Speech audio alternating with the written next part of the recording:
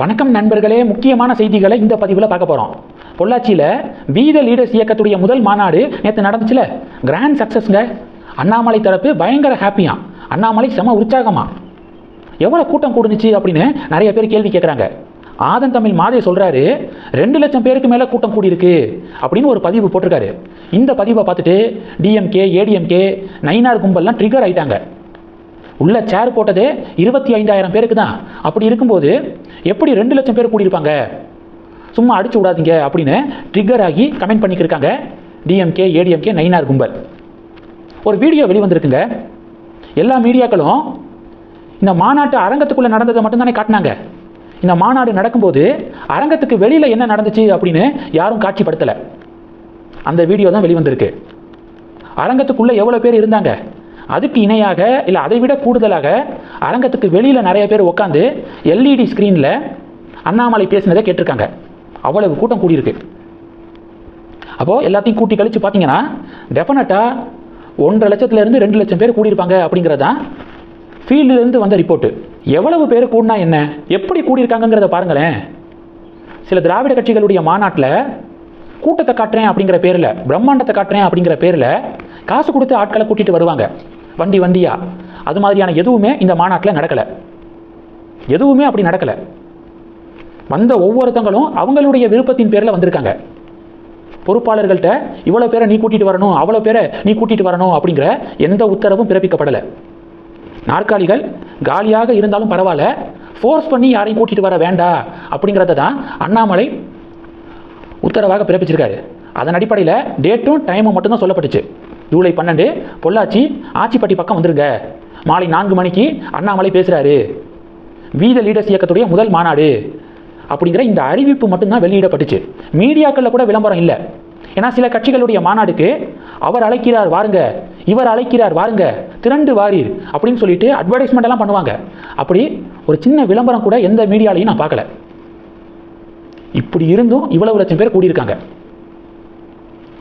இதை ரெக்கார்ட் பண்ணுறதுக்காக வந்த மீடியாக்காரங்க இருக்காங்களே, டெலிகாஸ்ட் பண்ண வந்த மீடியாக்காரங்களே ஷாக் ஆகிட்டாங்க. இவ்வளவு கூட்டம் எதிர்பார்க்கல அப்படின்னு சொல்லிட்டு நிறையா மீடியாக்காரங்களே சொன்னதை கேள்விப்பட முடிஞ்சிச்சு. இது ஒன்று. ரெண்டாவது, அண்ணாமலை ஏன் தெரியுமா ரொம்ப உற்சாகத்தில் இருக்காரு? மாநாடுக்கு வந்தவங்க விபத்தாயிட்டாங்க, மாநாடு முடிஞ்சு போகும்போது விபத்து ஏற்பட்டுருச்சு அப்படிங்கிற எந்த நியூஸும் இல்லை. வந்தவங்க சேஃபாக அவங்களுடைய டெஸ்டினேஷனுக்கு போயிருக்காங்க. எந்த அசம்பாவிதமும் நடக்கலை. இது அண்ணாமலையுடைய உற்சாகத்துக்கு முக்கிய காரணம். ரெண்டாவது, இந்த மாநாடுக்கு வந்தவங்க முகம் சுளிக்கிற மாதிரி எந்த இடத்துலையும் நடந்துக்கலை. கடந்த காலங்களில் பல கட்சிகளுடைய மாநாடை நம்ம பார்த்துருக்கோம். முகசுளிப்பை ஏற்படுத்தும் அவங்க பேசுகிறதெல்லாம், கத்துறது, நாற்காலிகளை போட்டு உடைக்கிறது.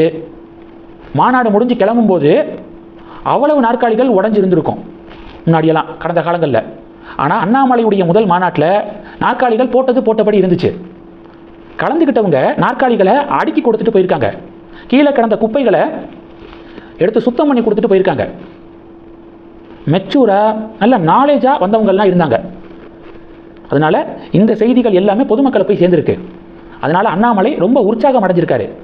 அண்ணாமலையுடைய மாநாட்டை தொலைக்காட்சிகளில் பார்த்தவங்களாம் பரவாயில்ல, நல்ல டிசிப்ளினாக இருக்காங்க, எந்த ஒரு நெகட்டிவான நியூஸும் இந்த மாநாடை பற்றி வரலை அப்படின்னு பொதுமக்கள் பாராட்டுறதை கண் கூட பார்க்க முடியுது. அதனால தான் சொன்னேன், இந்த கூட்டத்தை வச்சு நான் சொல்லலை கிராண்ட் சக்ஸஸ்ன்னு. இந்த மாநாடு நடந்த விதத்தை பற்றி பொதுமக்கள் பேசுகிறாங்களே, அதை வச்சு சொல்கிறேன் கிராண்ட் சக்ஸஸ்ன்னு. இன்னொரு விஷயம், இந்த மாநாட்டில் அண்ணாமலை பேசினதை கவனிச்சிங்களா? தனி மனித தாக்குதல் இல்லை, சினிமா பஞ்ச் டயலாக்லாம் இல்லை, யதார்த்தத்தை பேசியிருக்காரு.